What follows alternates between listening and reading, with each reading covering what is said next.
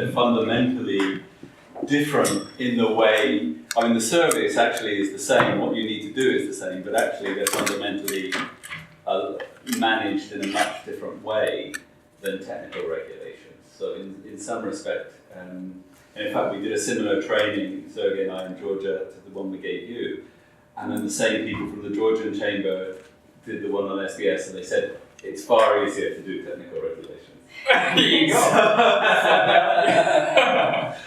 So yeah, in some ways it's actually easier for food, but you have a very interesting one with meat. It means it's a composite product, so that means that they have to buy the meat from an authorized source, because else they just can't export that at all. So as I understand it, you want to look at whether or not you want to deliver this kind of services, and how deeply you want to go into it. And like all services, and I know Sergey always laughs when I say this, it's not difficult or complicated, it's just hard work. And I think, you realise, giving this help, you're taking a week to do something, but that's how long these things take. Yeah. So, if you want to provide a week service to one company, if you're going to help 100 companies, you need a week times 100 companies in order to sell that as your resources. Or you need to outsource to someone who can deliver that for you, because that's the alternative model, of course, is that you don't have to do it from within your staff, so long as you're in control if you have a group of outsourced experts. I mean, the UK Trade and Invest doesn't actually do any work itself. It all outsources everything it does, even if it's organising trade fairs. Everything's outsourced, because obviously it's a huge market and they don't want to have huge numbers. Export Peru has a staff, I think, of something like 400 or 500 people. Mm-hmm. Peru's slightly smaller than Ukraine, it's about 30 million. So, that if you want to deliver services of any kind, this is not just compliance service, you need to have people. It's mathematics, and this afternoon we'll go through what I've developed as a kind of service delivery model for compliance, and we can just put some numbers in. And we can see what that will mean in terms of your KPIs and in terms of the resources you need to deliver it. So this is, as I say, it's not rocket science, it's just mathematics. So we can look at that this afternoon. I think you're right, there's different levels of support that you can provide to a business, and a business will always want more and more and more. So it's very important to define the services. So later on this morning, we'll define each of those services we introduced during the training, which you could deliver. As I say, the methodology does not change. It's just how much detail you give it, how much reading you have to be, how precise or how much you tie it into the specific product of the company itself. And the more you're specific, the more useful it is to the client, and the more likely they are to turn it into compliance. So again, there's this balance. You could do lots of kind of short inquiries, just giving them what the DG Trade Export Help Desk gives you. But very few companies can take that. It also depends on the maturity of the firm. Some firms can take a couple hours consultancy, give them the information that they need, and turn it into compliance. Others, you could give a week and they still will come back and say, well, what do I do next? And so you have to hold their hand all the way through to compliance. So I think, the other thing I would say, compared to the other services that you offer, compliance is easier to sell. And I'll talk about selling. Whether or not you actually sell it for money or not, that's up to you. We'll have that as an option later on. And we'll talk about selling for money, because I'm not sure the position of EPO changes over time, shall we say, over the last year, of whether you want to sell or not. But I will introduce selling for money so that you can also, in future, use the model, because it's an Excel spreadsheet, so I'll leave it with you afterwards so you can take that and adapt it. But even if you don't sell for money, you still have to sell the services. Business has to come to you. And therefore, especially if you're not just talking about, you know, a lot of companies will come to the help desk and want a short consultancy, and they're looking for the magic bullet. What do we have to do? Tell us in 5 minutes how we can have a client, and that's all we want to know. But I think, you know, you need to convince companies that before they go to a trade fair, for example, that they need to comply, or they need to go through partway through the compliance process. Because if they turn up, it's in a sector which is heavy on compliance, and they turn up at a trade fair with nothing, then they won't be taken seriously. We had this last year in Moldova. We had pumps industry who actually said, no, we don't want to work with your project. We will go and we're going to a trade fair in Germany, so that'll get us some customers, so we don't need to worry about certification and all this rubbish. First thing that the first German customer or potential customer came to their booth, they said, right, have you got a technical file? And he said, no, and he said, well, not interested. And it doesn't matter that the technical file is completed or not, but if you've got something written down, it gives the client something to look to, that you are a serious producer, and that you can seriously meet their demands. So I think for your other side of the business and how you get there can be different paths. But I think you need to have companies going to, for example, your trade fairs or trade missions, or you are helping, should have an idea and taken some steps towards compliance. As you said, how far in your role in that will vary. Export promotion offices around the world kind of vary in how many provide that kind of services. Malta SME agency, which is actually the export promotion mostly because there's no market in Malta, they do provide compliance services to their SMEs. In the UK, we have a different agency that does it, so it's the Trading Standards Institute who actually provide subsidised services. So different countries do it in different ways. But I think it's an important part of exporting to recognise at least that you need to comply first before you go. You cannot export legally unless you comply with these requirements. That's not to say all products, so clothing and shoes, they're quite easy compliant. So I know they're always something that people always say, well, can we do shoes? Or can we do, you know, and basically you've got to have a chemical test on the leather, and that's about it. For clothing, similarly. So there isn't much to comply with. Furniture, very difficult, because there are no, and now furniture is one of your issues. Problem with furniture, there's lots of compliance, but none, it's not a harmonised sector. So therefore you've got to look into different member states and see what they do. Well, you all know each other, and you all know Sergey because you've done the training. Sergey is here to observe today because we have got a draft contract with the Good Governance Fund to follow up our work we did with the chambers last year, which could include EPO, which is to establish compliance services in Ukraine, both group compliance and individual services. So if you decide to go down this road, depending on how far you want to go, we can help when the contract's signed. We will be able to, and our contract is signed, it's actually, the whole GGF needs an extension we're waiting for. And so if and when that's signed, we can help you, and Sergey will be doing the individual services, and we have another colleague, Andrei Kuzmenko, who will be looking at group compliance programs. So if you decide on a group compliance, that will be there. If you just want to provide short consultancies, Sergey will help to establish, and we will then take you through some examples, for example. So if you're doing this kind of thing, we can kind of take you through it, check what you're doing, tell you when to stop. And I think, you know, that was actually one of my big learnings, but you've already had it yourself from today, when to stop. But what we'll hope to do is give you some tools to show you what to do. So today what we'll do is, I'm just going to do a bit of an overview of the training of today, and also an overview of selling services. I've been selling services for many years. and I've sold in the private sector and through export promotion offices and development agencies, so I can tell you a few things about how you sell services, not just compliance services, but services in general, and some things to look out for.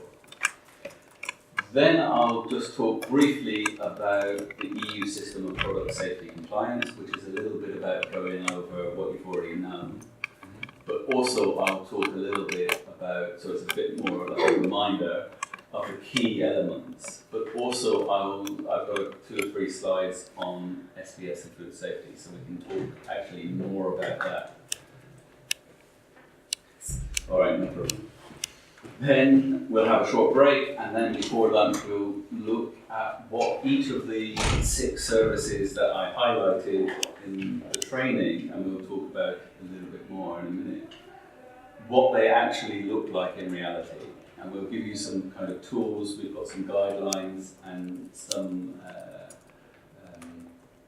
shall we say, some borders for each of those services, so you will know when to stop, because there is a kind of set objective. It's also important, and we'll talk about this later in more detail, not only that you understand how far you're going to go, but the client understands how far you're going to go.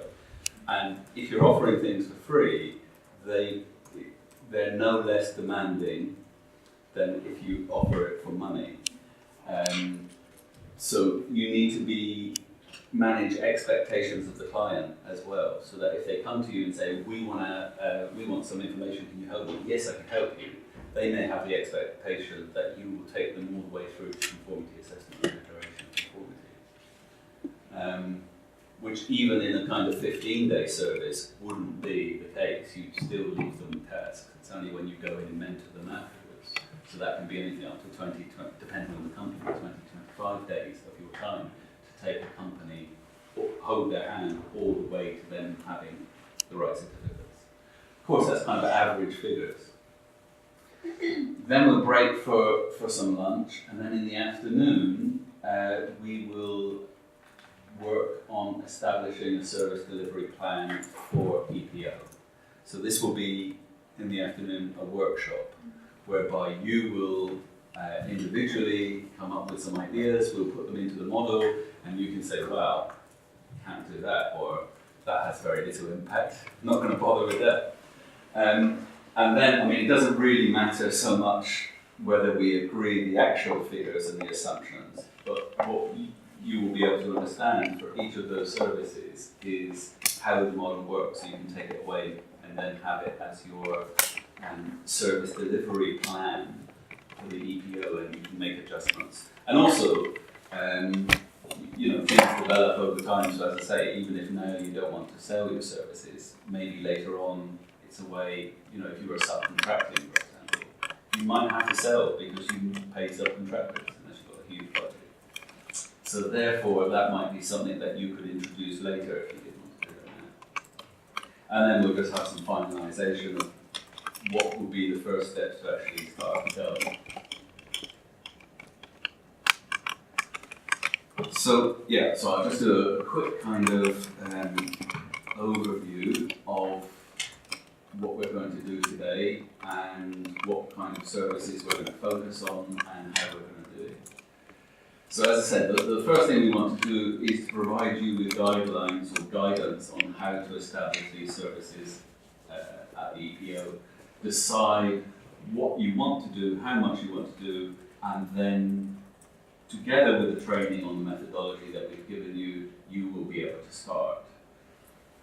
But in order to do that, what we're going to do is go through to give you an understanding of each of the kind of individual services that we specified. What does it mean? What is the content? What is the scope? And to use your words, when to stop. Some of the tools we will also give you are kind of standard terms of reference, report templates, and kind of guides or step-by-step instructions for the expert to deliver those. This is because it's very important. What you're selling can be different according to the individual that does it. So what we want to do is give you the tool that will enable you to be consistent so that everyone is delivering the same thing, no matter who does it. And then also, as you say, cost effective, you need to stop. When I talk about cost, I'm talking about your time. And also, if people change, and we'll talk about this again later on, we've got to accept that you guys as the staff may leave. And that's okay. Because what we want to do is, what you need to do with services is to build sustainability into your service delivery. So it's not just dependent on the individuals, because very often you will get people delivering services in an organisation. As soon as they leave, all the capacity is gone and everything finishes. So EPO doesn't want to be in that situation. We'll also work out, as I said, using the model, the KPIs that you can set. In a sense, the KPI, of course, is how many companies will comply, which will lead to an export opportunity. And that's an export opportunity. You may have to then push them into a different service, which is, getting them ready, because there's many more factors than the legal requirements to export. Are they competitive for a start? They may comply with the rules, but the price is so expensive they're not going to sell anything.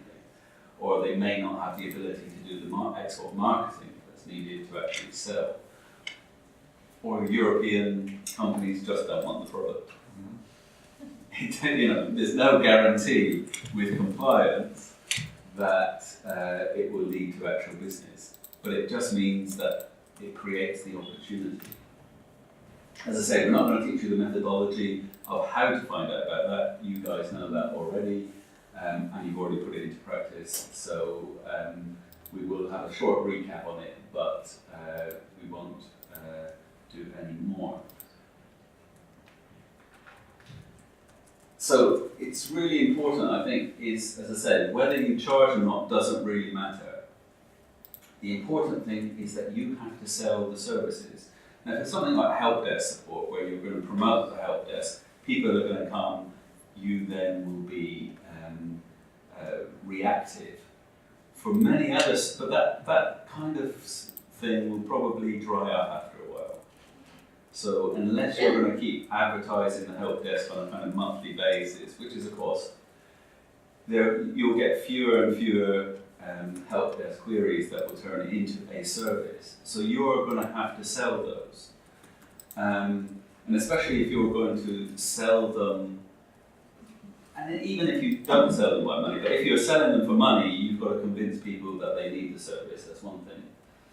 Even if you don't sell for money, you have to convince the company that you're going to provide them with guidelines and information, but they will have to work. Many companies will come and think, oh, well, you're going to do everything for us. But this is not conformity assessment work. You are not conformity assessors. You're not 17 or 25 accredited, so you're not allowed to inspect, you're not an accredited laboratory, so you are not doing conformity assessment. You are guiding a business through the process by which they can do conformity assessment. And that's an important distinction. So the business will ask, first of all, so what are you giving for us? Why is it that we're buying the service or getting the service from you? And the quick answer is you're going to save them time and save them money, because for them to go through the conformity assessment process, it will take them time.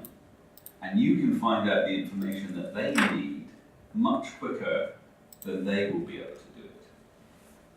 Even companies that are quite aware get stuck because they don't know how to find the information. We were working with the Cosmetics Association here in Ukraine.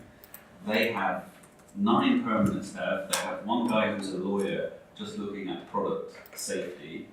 He was very familiar with the Cosmetics Directive because it's one of those easy ones. There's only one technical regulation you have to look at. And he'd been looking, and his job is to help members.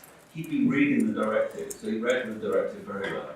But he couldn't help companies on a practical level start to do this until we sent him to London, where he had a masterclass with the UK Cosmetics, Toiletries and Perfumery Association.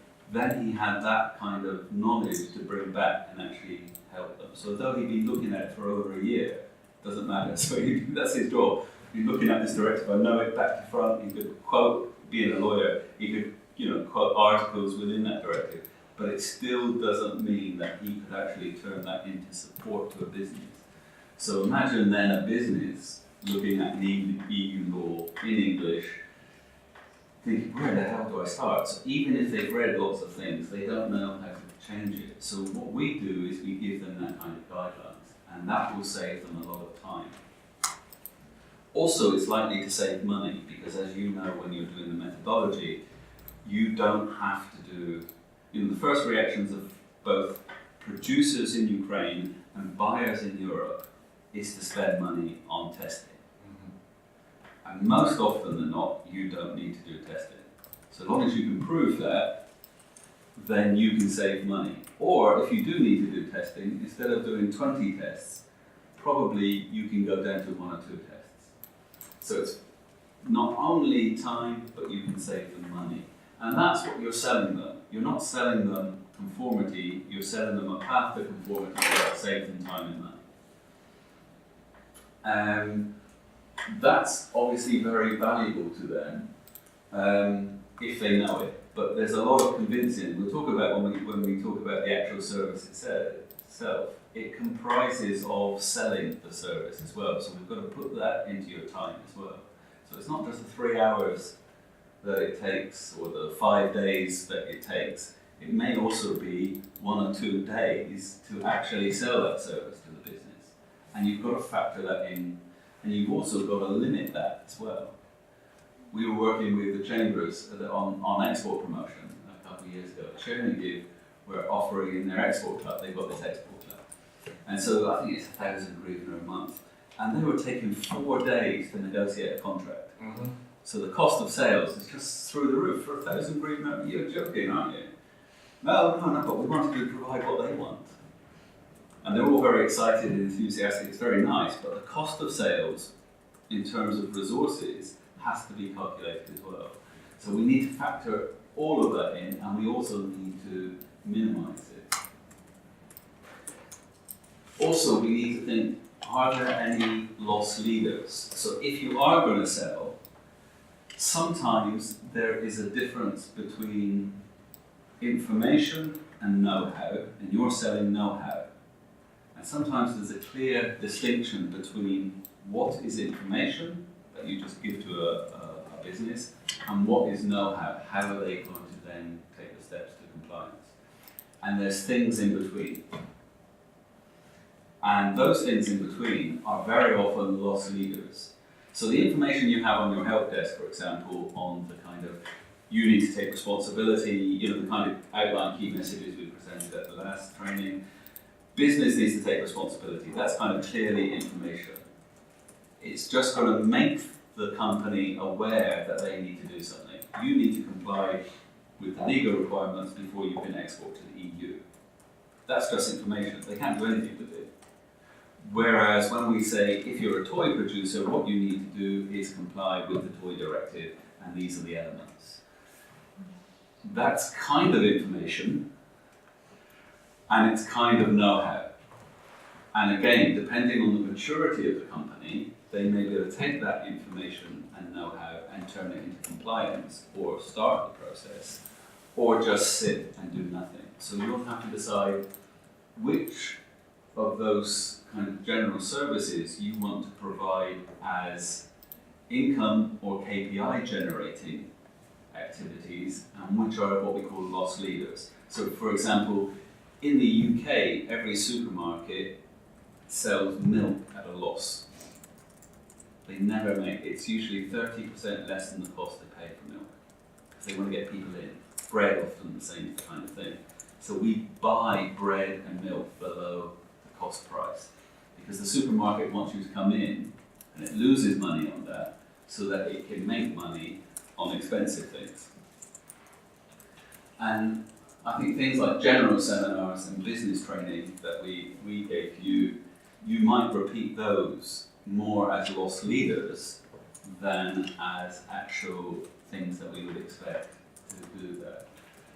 You may even say, a follow-up, and we'll talk about help desk services and whether you would be considering looking at like a 1 or 2 hour service whereby you might just reply to an immediate query. And again, very often those are loss leaders because if you're just doing 3 hours of work to give them a little bit of a start, this would be light information, so very few companies can actually turn that into compliance. But it might be enough to convince them that this is something that they should be taken seriously. So it will lead more often than not to anything else, to a bigger service. It also might give you a way, these loss leaders also give you a way of filtering serious companies. Now, if you're going to charge nothing, the biggest problem that you will get is everyone will ask you everything, and they don't really want it. And they're never going to use it, but it's for free, so I might as well get it. So this will be a kind of challenge. So maybe some of the loss leaders will be a way for you to decide, I'm not going to help that one, I'm going to help that one. It's very difficult. I always think when I'm working with export promotion organizations, I hate, one thing I really hate is sector focus. We can talk about sector focus. Everyone loves sector focus. Let's focus on that sector because it's got the most competitive opportunity in the EU. We're going to do that. But at the end of the day, they're private sector. We're a public body. We're providing them a service. You cannot make them do the work that they need to do. So I much prefer to work with companies that want to work. So I'd rather just choose companies that are willing to put the work in. So the compliance work, and we'll go through how much a company in Ukraine probably has to do to work towards this. A company has to do a lot of work, much more than you will ever do for them. You might give them 5 days of work, they probably need 40, 50, 60, 80, 100 days of their own internal work. So your 5 days are wasted if they don't do the 100 days. So you've got to filter down and say, which ones of these are serious companies that we want to spend our time on? As you say, you've got limited resources. Don't help everyone, help the serious people. That's why charging is used. Trade promotion organisations, I did a survey of these, of 100 of them around the world. And the average amount of fee that they actually collect for their budget is 14% only. So it's 14% of the cost. But the big motivation isn't to generate budget, it's to make sure that they are getting serious companies. So if you give them a fee, even if it's 100 hryvnia to attend a workshop, it will stop all the people who are just there for a free dinner or a free lunch and coffee. It's great, I might as well, I'm bored today. Well, but you've got to pay 100 hryvnia. I'm not coming. And I bet you're smiling, I bet you get a lot of those kind of people attending. Yeah, all you need is 100 hryvnia charge at the door, and that will sort them all out, you know. And that's what most TPOs around the world do, because it's a common thing. Here, do you want something for free? Yeah, I need it. I really need it, please. And it's quite difficult to kind of differentiate between those who are very enthusiastic and those that are not. So using these kind of short services may be something that will give you the ability to engage. In Lithuania, we had 50 export marketing company clients and 30 compliance clients. And probably about 15 of the compliance ones were also in my export. So we had probably something like 65, 70 companies in our program. And I interviewed every single one of them. And we made up some rubbish criteria of how we were going to select companies. Because we interviewed maybe over 100. It was an application process. But it was really difficult to explain to the EU. I just got a feeling that company's the one that's going to work hard. So I want those in the program. Because, as I say, and it goes for the export marketing services as well, that you provide an export marketing support, they have to work far harder than you do. So make sure that they understand that and are companies that are actually willing to do it. I mean, I worked for a £1.5 billion pound turnover company in the mid-90s. I did a marketing strategy, they loved financial, brilliant. 1.5 billion construction company, brilliant. this is going to be great. They hated me because they wanted to do what they wanted to do, which is fly around the world and enjoy themselves in first class. And I would say, no, focus on the Brazilian market. That's where you can sell to the pipelines and the oil industry. So, but it was a nightmare. Whether I set up and ran the Bhutan Export Promotion Center a couple of years later, and I had a farmer and his son come with me. He said, UN, typical UNDP, told me to grow strawberries, so I've grown strawberries. I've grown peaches, but I don't know where to sell them because no one in Bhutan wants to, they only eat rice and chilies. So they said, where can I sell it? And the son and the father, partly because they were desperate, because they just grew strawberries and peaches and nothing else. But they worked really hard, and in the end, just those two started to sell to supermarkets in Thailand, and they started exporting. So it doesn't necessarily matter picking winners. You've got to pick the ones that are going to win and are going to work towards doing that.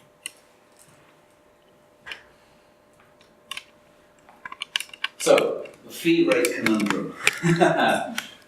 This is great. I love this bit. So, what are we going to do?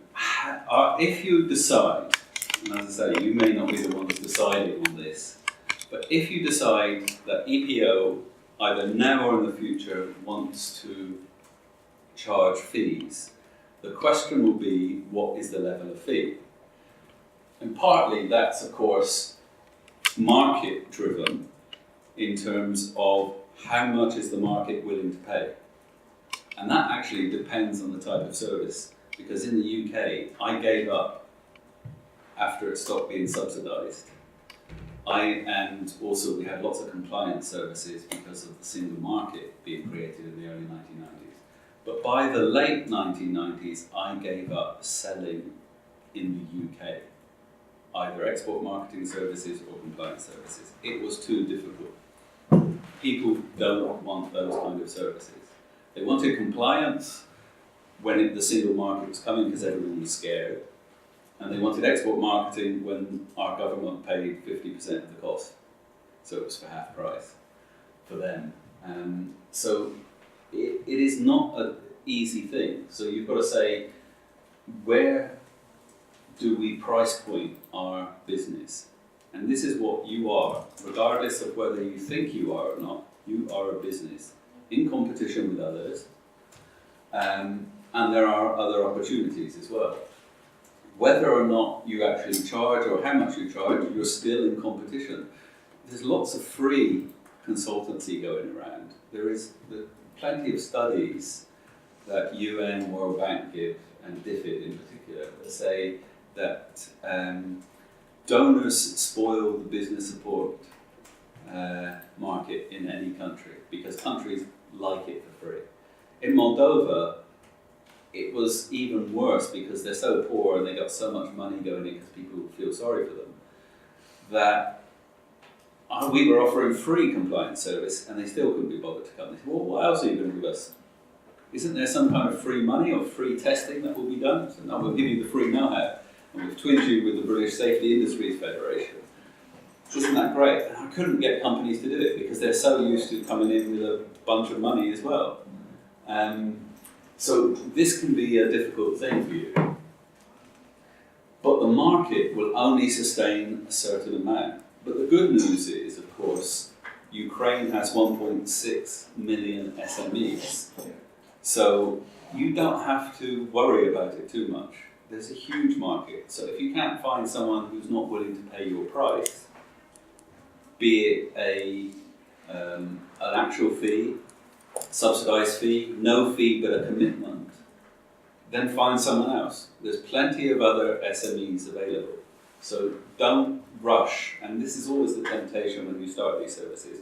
Don't get overexcited to rush to everyone who comes through your door and say, yeah, we'll help you no matter what. Because you'll end up doing too much work for no money and no impact. So you want to be a bit selective. And profitability. Even if you're not selling, you cost the budget of EPO and you cost the budget of Ukraine. So therefore, we need to count how much those services are costing. And we will look at how much this does in the afternoon. If you decide you want to go and set a price or a fee, you will have to decide whether or not you want to give full fee, a subsidised fee, a nominal fee, or no fee at all. And maybe you want to introduce, and that will be different by different service. As I say, some may be loss leaders. And it depends on what the objective of the charging will be. So you have to think about that as an organisation. Do we want to have a just the nominal fee, as we're saying, just to get some kind of commitment? Do we want to cover our costs so that we can do more? I mean, the big constraint you have is people. You have the training course that and if you haven't, we will give it to you later. The training course that we deliver to you, you can train more staff. So if you were charging, instead of doing 10 compliant companies a year, maybe you can do 100. It's only a matter of, if you can sell it, it's only a matter of personnel. So employ them, pay them from the fee. So again, this is the options that you have. People always ask me, how much is the fee rate? Now the fee for something is always based on salary, because as a service we are selling our souls. So it's our days. So it's however many days it takes, and there's very little else that we sell on top of that. Maybe we can sell a bit of expenses and everything else, but that's very little. So predominantly we're selling our time. And what I've also learned in this part of the world more than anywhere else, although we also did fixed fees in the UK, was that companies like to know how much it's going to cost. So I think that's why it's very helpful if we fix a price for each service. Because if I go into a company these days, I say, let's see what you want and I'll come up with a price. Because it's going to take me 15 days, or it's going to take me 12 days, or I think it's going to take 20 days, and then you fix a price. I think in this part of the world, companies are used to going to a service provider and buying a price. So it's much easier, I think, if you're able to put on your website, if you want a 3-day or 5-day service, this is what the price will be. Fixed, and for that you'll get a report that says this amount. I think companies understand that more than come and have a chat, we'll see what you need, and then I'll give you a proposal. It also is cheaper for you because the cost of sales is a lot less, because I always put in 2 or 3 extra days because I know the client's going to negotiate the number of days, and the number of days doesn't change. But so it comes to the question is, how much, if it's a 3-day service, how much is your fee rate? Now, if you look at, and I've given you all different sources of information, it can range between 3 to 10 times the salary of the person. If you are McKinsey's Boston consultant, Booz Allen, Price Waterhouse, Ernst & Young, all these people, they charge 10 times the salary of the person. And then they use juniors. But that's because they have reputation. And people will pay silly money to them just for the reputation. But in the real world, most people agree it's kind of between 3 and 5 times the salary of the person. So that will be able to give you an idea then, if you are going to charge, what the real price of your services are. If it's a 3-day service, you will multiply it by 5 times the salary, and that will be the normal kind of fee rate that it's worth. Now that's 3 times, now that might sound a lot, 5 times, but it also includes the other days that aren't included in the 3 days. Later on when we go through the services, a 3-day service might actually be 6 or 7 days of your time, because you've got to sell it, you've got to do all the preparation work, and various other things. So this is a multiple of the service number of days rather than the total days that you will spend. Yeah. 5.2 is the average of the sources I've found, so it's up to, but you can play with those. It's got to be matched up again with what the market also will take. So this is what we gave you in our last training, which was, we gave you the methodology and then said, using that methodology, you can deliver any of these 7 services. As I understand, compliance services, you're not quite sure, or what I call help desk services, you're not kind of sure about whether you want to do that. That's a kind of 1 or 2 hour or 3 hour, I think probably a 3 hour for compliance service by which you give them a little bit of an idea. We'll talk about those briefly, because I think it may be a good loss leader for you to filter in. Then we have the kind of product compliance review, which is what you've already been doing in kind of 5 days, but probably, I think you probably would practice, as you say, 3 days. That's a very good point, actually. You're not going to be able to do these services in 3 days the first time. It is practice makes perfect, so the more you do it. Also, remember what I said, is that this is an average. Sometimes it will take you 5 days. Other times it will take you 2 days, but you're charging the 3 day and it's a fixed price. So some you'll lose, some you'll win. And so it's a kind of average. It depends on the product. You know, if it's a toy, as we know from our toy experience in our training, it's a relatively easy one. So actually, you know, a 3 day, 3 hour or a 3 day, probably I could do it in less. And once you've done a couple of times toys, you'll be able to do it in less. If it is a blender, if you remember what Sergey was presenting, a blender with 6 different directives, you know, you're probably looking at 5 or 6 hours because you've just got to, it's more directives to read. I mean, at the end of the day, that's what we're talking about. You've got to read 6 directives as opposed to 1 directive. Of course it's going to take you longer. But I think, as I say, if you sell a kind of average service to the clients, it will average it out over time. And then we can talk about sector seminars. We'll talk about training to business, but we won't talk about training to business because I think you can sell training. What's important is that you've got the trainer's manual, so if you haven't had that afterwards, it should be on a USB stick, by the way. I sent it to Alexei. Then it's the individual compliance plan, which is the big service where you would be spending substantial time with a company, taking them through to the point where they have a draft technical file and a plan to complete compliance, and group compliance, whereby you get a group together and see.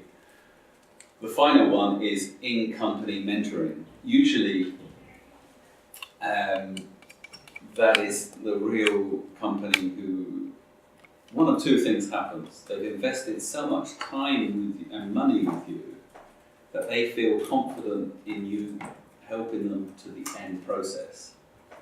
So you might leave them after an individual compliance plan with, this is your draft requirement, this is your draft file.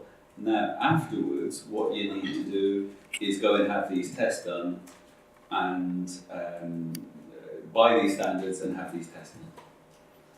Off you go. You don't need my help anymore. Here's the URL of the Standards Bureau. Here's the 5 or 6 test laboratories. Go and get it done. Now, some companies may be so invested with you, they say, you do it for us. We're confident in you doing it. Please do it for us.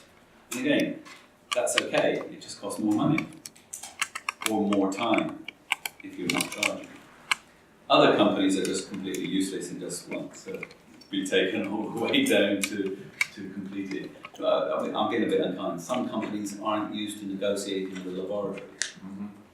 They're not confident if the laboratory is not in Ukraine, it's in Turkey or it's in Germany. They don't speak English. Can you provide us with that negotiation, please? So again, this could be it. The other thing to know is that this is not a menu, really.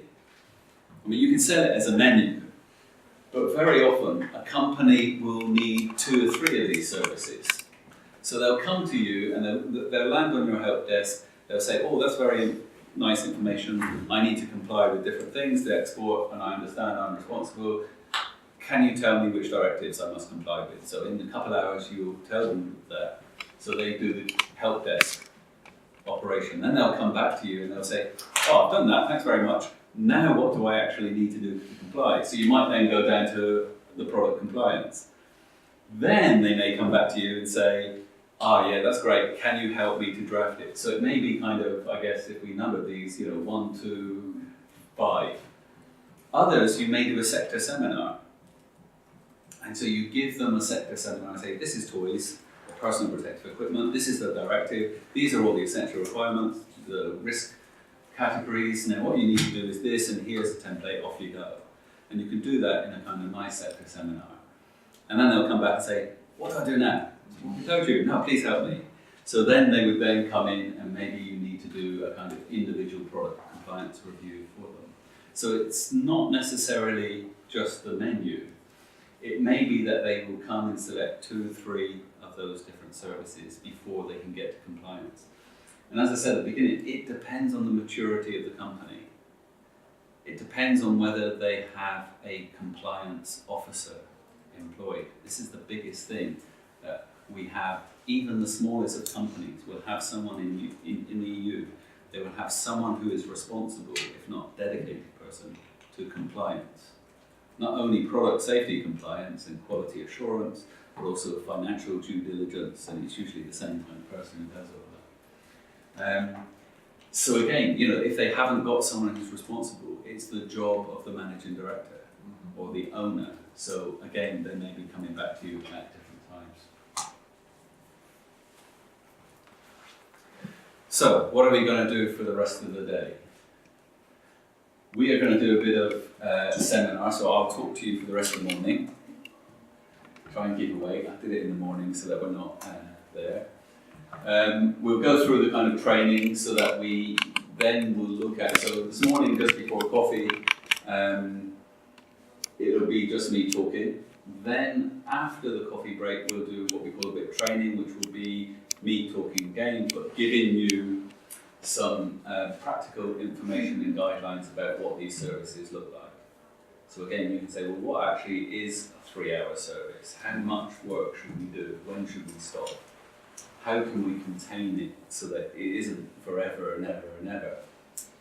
And then this afternoon we'll do the workshopping, which is actually you then deciding, how might this actually work in Ukraine and what might we want to do?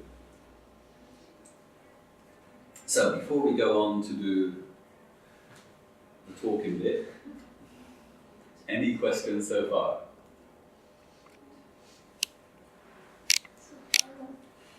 Good.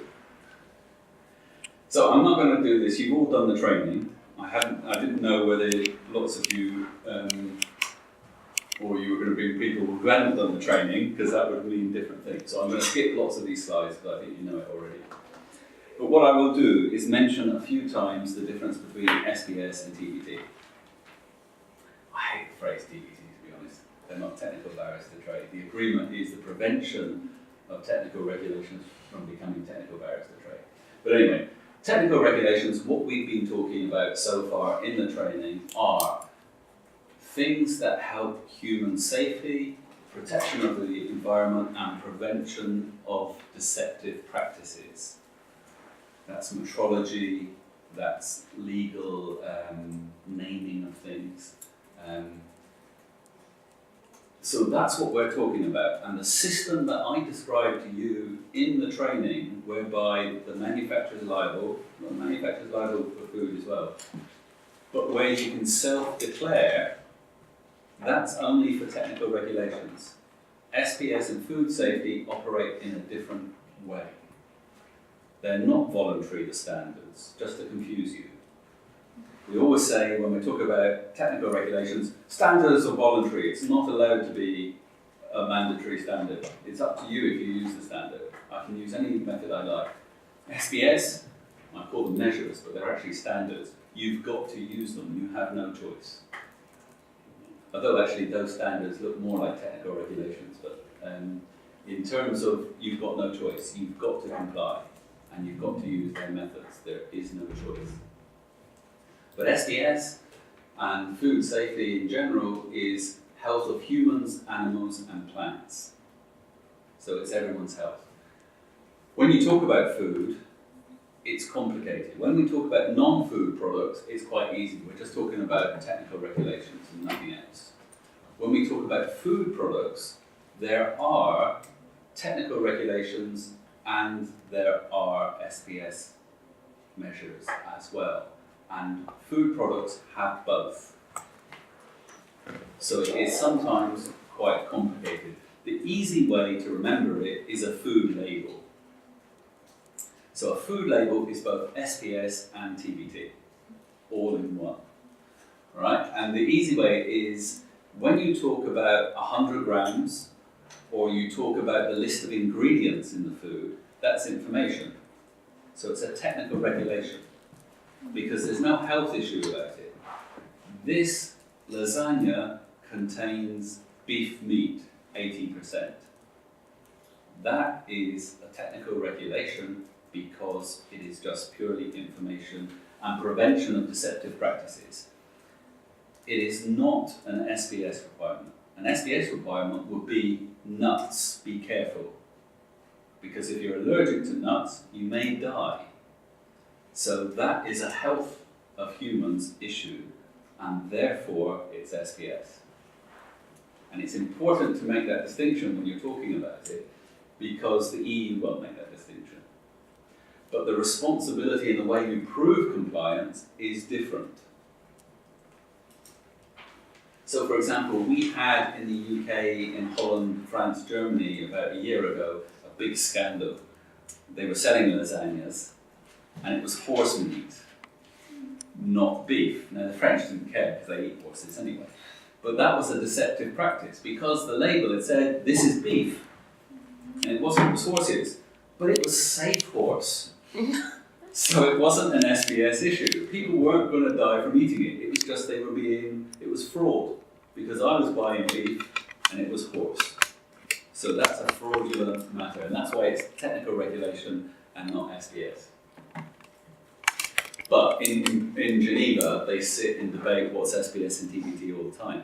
So for example, the Americans are saying, when the EU say we don't like GMO, genetically modified organisms, they say that's an SBS issue. Let's have the scientific basis for this, because you have to prove if it's an SBS measure, there must be science based. And they say, where's the science behind it? And there's pros and cons science on both sides for this. So the EC says no, it's a technical regulation. Because we haven't banned GMO, we've just said you must write it on the label. So it's a deceptive practice. We want our customers, our consumers, to say this contains GMO, which actually means in the EU, consumers see GMO and they say, no, never ever eat that, so you never sell anything. So it is a way in which you can do it. But the argument is that that's a technical regulation. It's information for a consumer to make their own choice. The Americans desperately want to get it into the SBS committee so that they can prove their science. So we'll talk a bit more about the difference with SPS in a minute, because I think we know all about the shift from pre-market to technical regulations, the shift from pre-market to post-market control. SPS is different. It is pre-market control for many of the products. And we'll talk about that in a minute. It depends on the product. But there is pre-market control, particularly of products of animal origin. You can't sell it until you've been approved. So we'll talk about that in a minute. And again, remember this one. There are 3 methods for technical regulations by which you can prove compliance. You can do it yourself if it's a low-risk product. With food, you can never self-declare. You must prove it. It must comply because it's people's health. Or you can use standards and then do it yourself if it's a medium risk. Or if you don't want to use standards, you will have to use type approval. Or if it's a high-risk product, you'll have to use what the EU call a notified body. The biggest thing for you when you're selling services, though, is to remember to explain this to the companies, because they won't understand this system. They think we need 20 stamps. Where's the government person to give me stamps? Please, please, please, I need a stamp. Who's going to give me a stamp? In Georgia, we went through with a food packaging company, very good company. And at the end, I thought it was a very good company until at the very end they turned to me and said, "Can you give me a stamp now?" No, it's your stamp. The declaration of conformity is you. You give the stamp to yourself. Very confusing. SPS, it isn't that. You cannot give yourself a stamp. So if there is a requirement for a certificate, it must be an official certificate. Depending on the country, that needs to be either a certificate from a government laboratory or from an accredited laboratory approved by the National Accreditation Body. Sometimes, and this varies, and you have to keep up because it changes in Ukraine, whether or not you can use private or the government will insist on a government laboratory doing that task. Depends on the country, and it's up to your national authority to determine how. Again, briefly, you saw this. This is really important, the most important slide there is when you're explaining the business. You don't need a stamp anymore, but you also don't need a conformity assessment body. Now you may have to use a testing laboratory, but for 90% of the machinery directive, which is fairly, 90% of machines sold in the EU are self-declared. And machines are not like a lightweight product. It's a fairly serious product. It's similar for cosmetics. Cosmetics is really serious. You can damage your eyes, you put crap around your eyes and stuff, and on your lips and all of this. It's poison you're putting on, by the way. And there's no conformity assessment body that's needed. An appropriately qualified person must do a safety assessment. Well, there we go. What's an appropriately qualified person? Who knows? Me. I'm appropriately qualified. But the responsibility, because it's a technical regulation, the responsibility is solely with the company. Whereas SBS and food safety, it's still with the government to protect their citizens.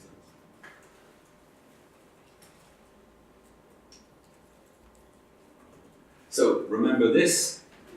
This was our methodology, so you know this, so you identify the requirements from going, basically a lot of reading of DG Trade Export Help Desk, although I did the training last week. And as we went on to use DG Trade Export Help Desk, it said, sorry, it's down for maintenance. So our live session got cut a bit short. So the first thing is to identify what actually applies to our product. That's a very important lesson learning for us. Most governments do this kind of general rubbish about a directive, and they say, this is a directive, and these are all the essential requirements, and a company says, what's that for me? So remember our gardening glove. A protective glove is not a protective glove. It depends on whether it's a gardening glove, whether it's a bakery glove, or whether it is a high voltage glove, or a mechanical glove, or something else. So you need to be, as much as possible, within the confines of your service, very specific to the company's requirements. And it's only when you know how the legislation applies to them, can you then build a template for a safety assessment, which the company, and whether you guide it or you can give a template for them. It's very interesting. Most of the templates I bought, because you can buy safety assessment templates off the internet. It's easy money for the people who are doing them. So for example, the toys. All it is, they've taken all the essential requirements for toys and they put it in an Excel sheet. And then they charge you, I think it's $50 for that. Good business. But people who don't know just say, oh, there we go. And all it is every essential requirement. Now, if we were doing it particularly for a very individual client, we might, like we did in our example, you take away all the electronic stuff because it wouldn't apply to a soft toy. Or slime, no electronics in the slime yet. So actually, the safety requirement that you can generate is much more specific to the client than these general ones.